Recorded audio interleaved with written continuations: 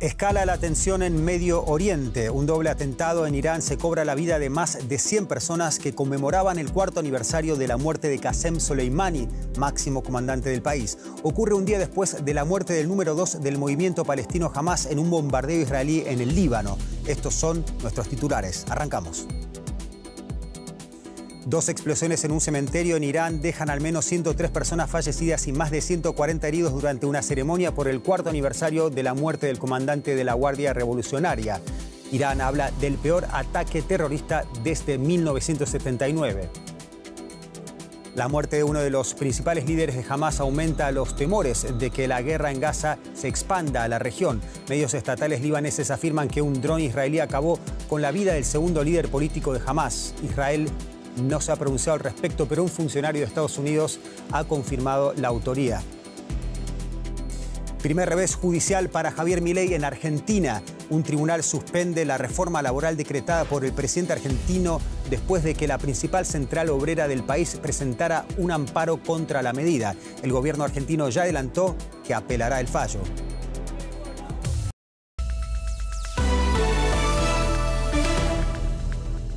Bienvenidos a DW Noticias desde Berlín. Soy Leandro Fest. Gracias por elegirnos. El líder supremo de Irán, el ayatolá Ali Jamenei, prometió este miércoles llevar a cabo una dura respuesta, según sus palabras, tras las 2 explosiones en el sur del país, cerca de la tumba del ex alto comandante Qasem Soleimani, en las que fallecieron al menos 103 personas. Todavía no se ha reivindicado la autoría de ambos ataques. También han reportado cientos de heridos en la estampida que siguió a las explosiones en la ciudad de Kermán. Todos los afectados se encontraban en una ceremonia para conmemorar los 4 años de la muerte de Soleimani en un ataque de un dron estadounidense en Bagdad, en la capital de Irak.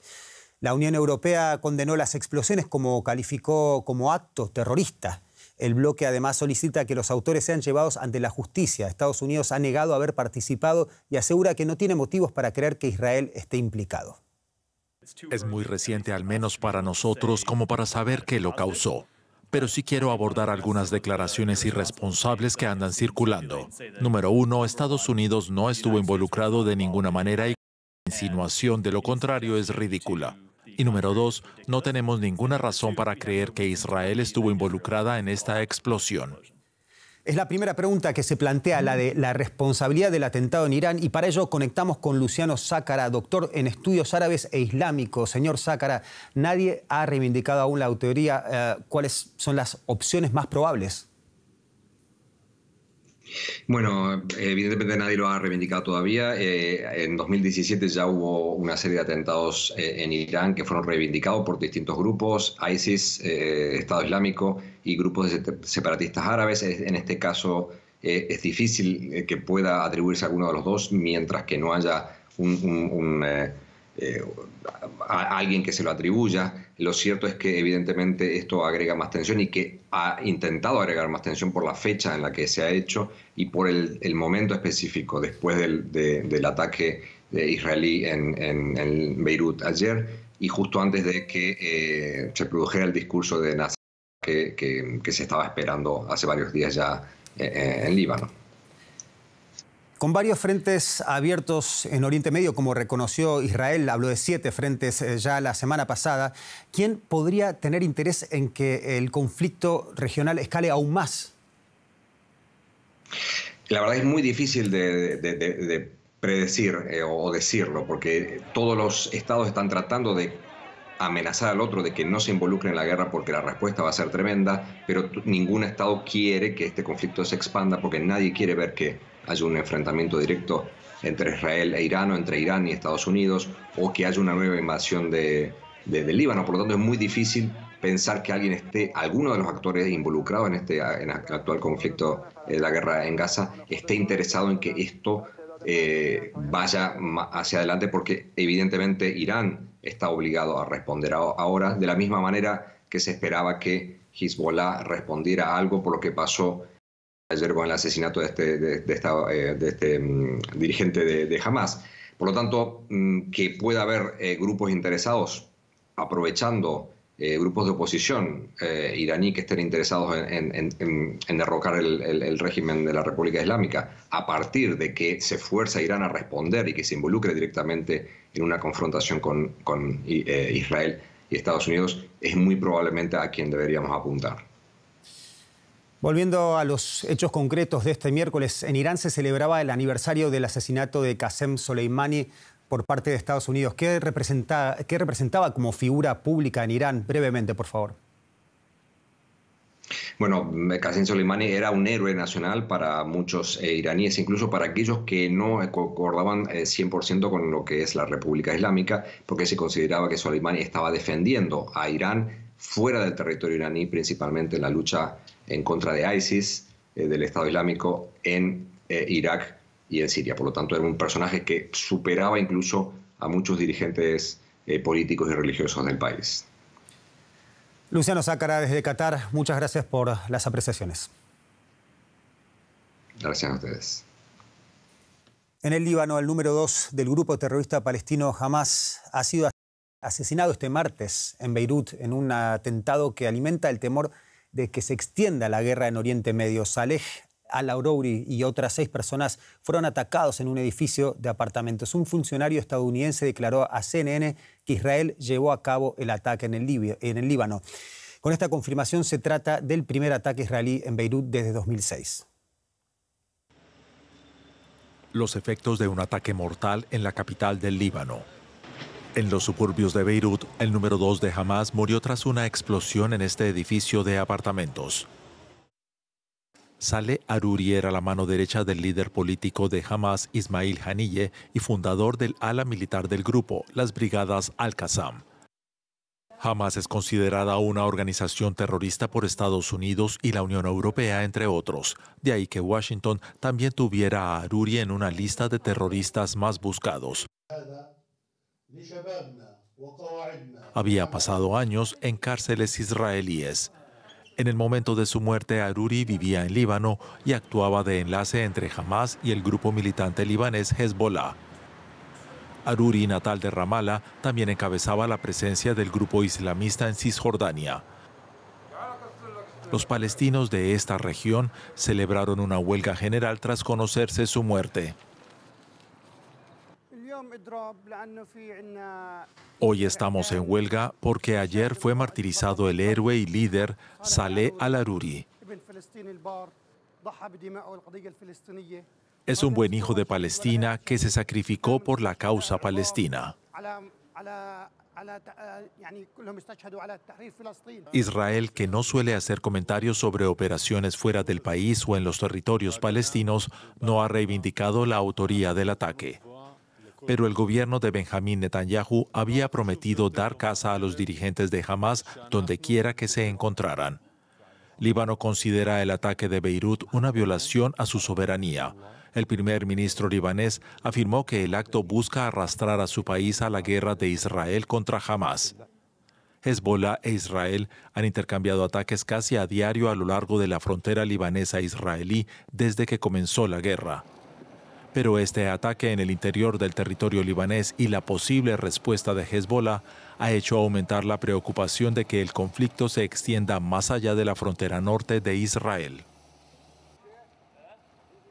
Y en Argentina, las autoridades informaron que 3 ciudadanos extranjeros fueron detenidos como presuntos integrantes de una célula terrorista.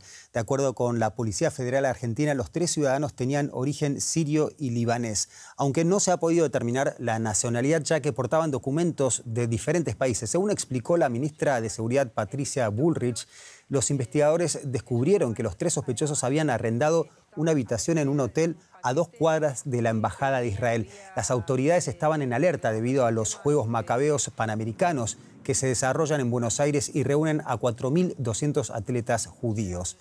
La ministra argentina de Seguridad, Patricia Bullrich, dio más detalles al respecto. Se han tomado todas las medidas de investigación de rigor para estos temas. Sabíamos que llegaban en distintos vuelos, que llegaban además, estaban a la espera de un paquete que venía vía, digamos, los sistemas de de delivery de paquetes venía de Yemen, así que eso también era un llamado de atención fuerte. Seguimos en Argentina con Rosa Casals y un tema económico que ya anunciamos en los titulares. Así es, muchísimas gracias, Leandro. Pues sí, la Cámara Nacional de Apelaciones del Trabajo suspendió este miércoles temporalmente la reforma laboral que el presidente Javier Milei firmó el pasado 20 de diciembre. Se trata de puntos referidos a los cambios en las indemnizaciones, la recaudación sindical y los límites al derecho a huelga. Esta reforma entró en vigor el viernes día 29 y planteaba medidas para una profunda desregulación de la economía. El organismo justificó esta decisión alegando que no hay necesidad ni urgencia para que la reforma laboral empiece a aplicarse antes de pasar por el legislativo. La Confederación General de Trabajadores, la mayor unión sindical del país, había llevado a cabo una movilización en contra de este decreto y solicitó al Poder Judicial frenar los cambios laborales que el gobierno de Milei quería imponer. ¿Cuál es el alcance de esta decisión de la justicia argentina? Preguntamos a nuestro compañero en Buenos Aires, el periodista Sebastián Lacunza. Muchos saludos, Sebastián. ¿Puede este fallo dar pie a la suspensión de otras reformas que el presidente Milei intenta imponer por decreto en Argentina?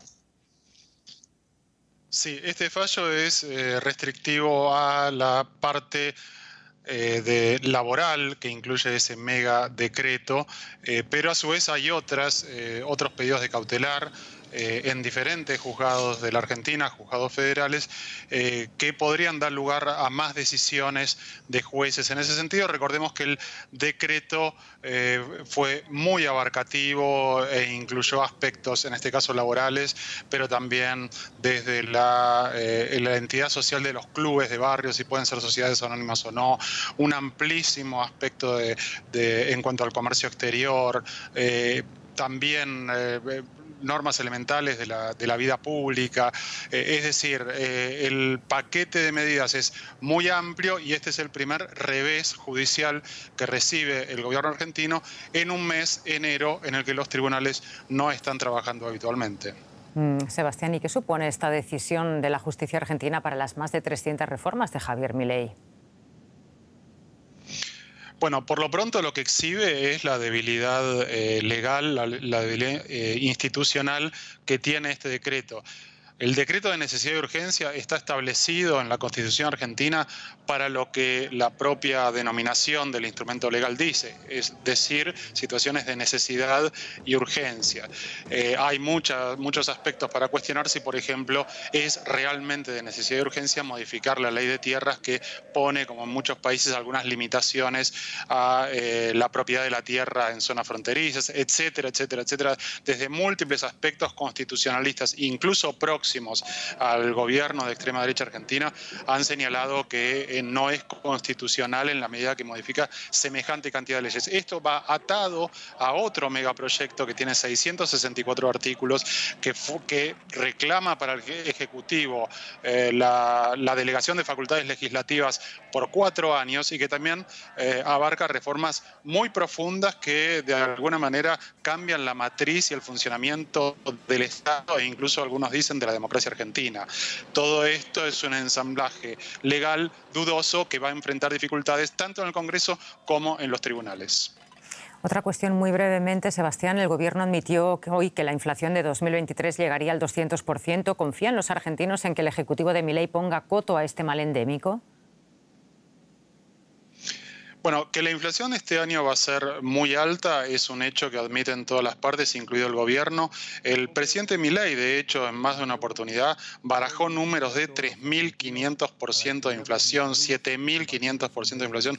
No dio cuenta que lo sustentaban, pero él dijo que estábamos ya en un escenario que si las cosas iban igual, iban a ir rumbo a esos porcentajes astronómicos de inflación. En el año 2023, la inflación fue del orden de 200%. Los primeros 11 meses fue de 170%. Es decir, tras la devaluación implementada por Javier Milei, la inflación se triplicó en el plano mensual, es decir, desde el 30%, y la proyección es altísima. La gran pregunta es si Javier Milei y su popularidad van a tolerar una escalada inflacionaria de este nivel cuando él llegó justamente para resolver un aspecto central que era la inflación del gobierno peronista. Muchísimas gracias por estas informaciones, Sebastián Lacunza. A ustedes. Vamos a otro asunto. Este jueves, el Departamento de Seguridad Nacional de Estados Unidos reabrirá 4 cruces fronterizos con México, 2 en Arizona, 1 en California y otro en Texas. Esto luego de un cierre parcial de casi un mes debido al aumento del flujo de inmigrantes. La medida llega a solo días de una reunión entre altos funcionarios estadounidenses encabezada por el secretario de Estado Antony Blinken y el presidente mexicano Andrés Manuel López Obrador. En un comunicado, el gobierno mexicano celebró la reapertura, ya que el cierre había impactado negativamente el intercambio comercial entre ambos países. Y comentamos las repercusiones de esta información con nuestro analista en Nueva York, Jesús García. Jesús, muy buenas tardes. ¿Por qué Estados Unidos decide reabrir estos cruces en la frontera con México?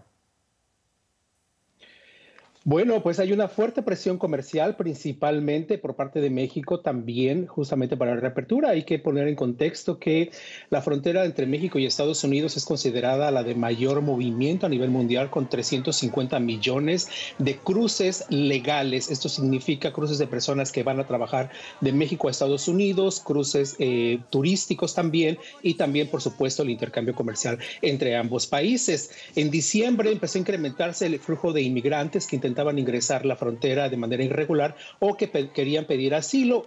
Digamos, alrededor de unos 10,000 inmigrantes estaban en la frontera, lo que preocupó a los Estados Unidos, que decidió redirigir los esfuerzos hacia estos grupos y cerrar los 4 puntos que has mencionado.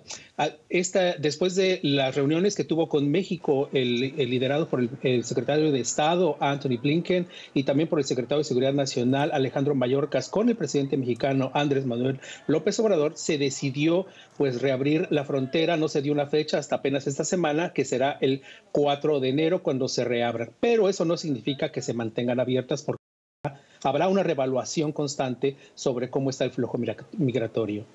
Y Jesús, ¿cuál es el impacto económico en el intercambio comercial entre México y Estados Unidos por el cierre de estos cruces ahí en la frontera?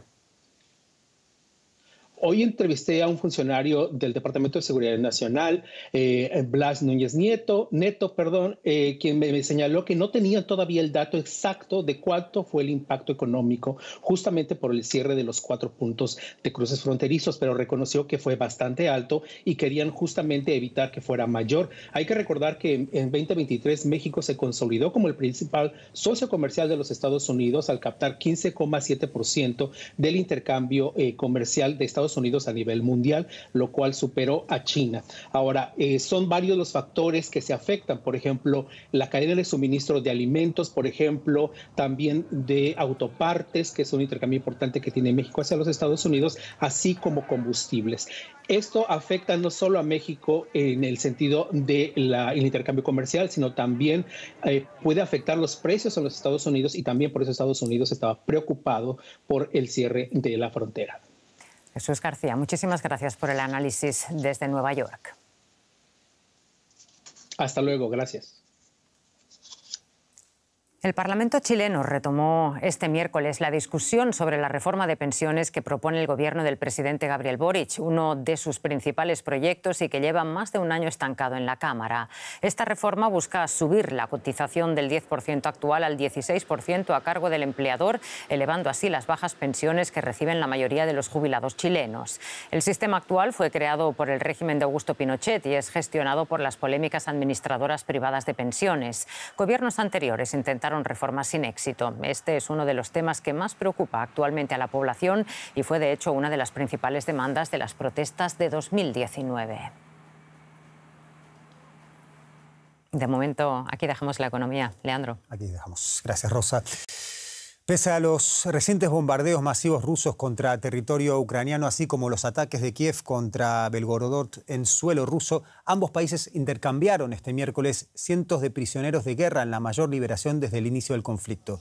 Según las autoridades ucranianas, 230 soldados ucranianos regresaron a casa, mientras el Ministerio de Defensa ruso informó de la liberación de 248 militares rusos.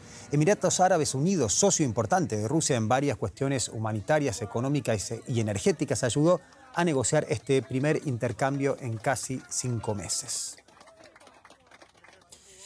Este año unos 450 millones de ciudadanos europeos podrán votar en las elecciones al Parlamento Europeo, con los partidos populistas ganando terreno en muchos países miembros del bloque. El temor a que aumente el número de eurodiputados de la derecha y amenace la unidad del bloque es preocupante. El conflicto ucraniano y los migrantes son temas que probablemente dominen las elecciones.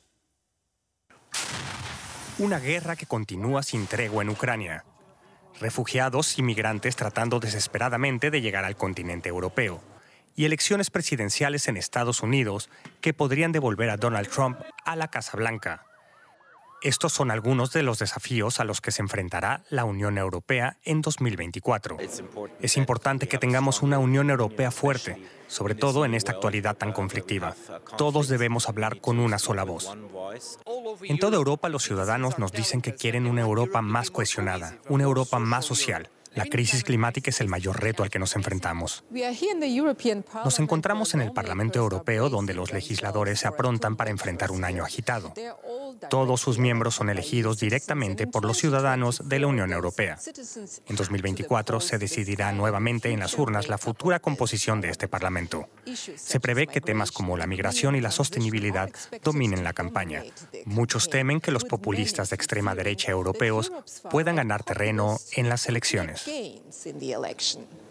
Somos conscientes de que a la extrema derecha no le interesa el cambio climático, la transición verde. Actualmente existen también atropellos a los derechos de las mujeres y de las minorías y a los derechos humanos en general. Y eso es algo que me da muchísimo miedo. Nos enfrentamos a un gran debate: las democracias liberales contra la autocracia y el populismo. La UE no rehúye los debates, ya sea sobre su presupuesto o sobre el Estado de Derecho en países miembros. Hungría vetó hace poco la ayuda financiera a largo plazo para Ucrania. ¿Se verá afectada en 2024 la unidad europea a la hora de apoyar a Kiev? El experto Jakob Kierkegaard lo niega rotundamente y afirma que los miembros de la UE continuarán unidos, a excepción de Hungría. Creo que los líderes políticos y también los encuestados se han dado cuenta de que se trata de una lucha de vital importancia para Europa. Pero apoyar la lucha de Ucrania por su supervivencia podría ser más difícil sin un aliado en la Casa Blanca en caso de que Donald Trump vuelva a ser presidente de Estados Unidos. Ya amenazó en el pasado con abandonar la alianza militar occidental OTAN y ahora promete llegar a un acuerdo con Rusia, una idea que inquieta a Europa. Creo que Europa tiene que asumir más responsabilidad. No podemos continuar apostando por los demás. Tal vez esta no sea la palabra más adecuada. O confiar en última instancia en la protección de Estados Unidos. Los políticos europeos se enfrentan a un año lleno de retos. Retos que esperan que la Unión Europea pueda superar y eventualmente salir reforzada. Y para cosas como la siguiente noticia sirve la Unión Europea. El bloque movilizará ayudas tras las fuertes lluvias de los últimos días que han causado inundaciones y desbordamientos de ríos en parte de Europa, en especial aquí en Alemania y Francia, según informó este miércoles el Ejecutivo Comunitario. En el caso de Alemania, en el norte del país se sigue luchando contra los elevados niveles de ríos y arroyos que ya causaron inundaciones a finales del año pasado debido a las intensas lluvias. Las precipitaciones continúan, por lo que muchas localidades siguen en alerta. Miles de efectivos siguen construyendo diques con sacos de arena y otras medidas de contención que resistan al agua. Algunos estados federados se han visto obligados a pedir ayuda al ejército federal. Políticos socialdemócratas ya debaten si se debe suspender nuevamente el freno de la deuda para cubrir los costes derivados de los daños causados por las inundaciones. En Oldenburgo, al norte de Alemania, las persistentes lluvias hicieron crecer dramáticamente el nivel de ríos y canales. La tierra se ha convertido en un lodazal y ya no absorbe agua. Calles enteras corren riesgo de inundarse. Hasta 800 vecinos van a tener que evacuar sus casas si los servicios de urgencias no logran controlar el nivel del agua. Por ahora no está previsto evacuar la zona, pero la población ha sido alertada. A contrarreloj, los voluntarios construyen diques con sacos de arena para contener el agua. Pero cuanto más tiempo empuje el agua a estos diques empapados, más riesgos hay de que se rompan. Y lo que es peor, Baja Sajonia se quedó casi sin sacos de arena y depende ahora de las ayudas de otros estados. Construir diques kilométricos con sacos de arena lleva tiempo, así que los trabajadores recurren a otros métodos. Aquí los rescatistas construyen diques movibles. Estos toneles rojos se colocan uno junto al otro y se llenan de agua, y eso les da estabilidad. Esta muralla de diques móviles rojos se extiende por 2 kilómetros, una nueva estrategia para retener grandes volúmenes de agua. Con respecto a las evacuaciones, los vecinos de Oldenburgo se mantienen prudentemente optimistas. Claro que se trata de una situación grave, sin embargo, no hay que olvidar todo el trabajo hecho estos últimos días. Nuestra casa está protegida contra la posible ruptura del dique, lo que podría pasar, claro.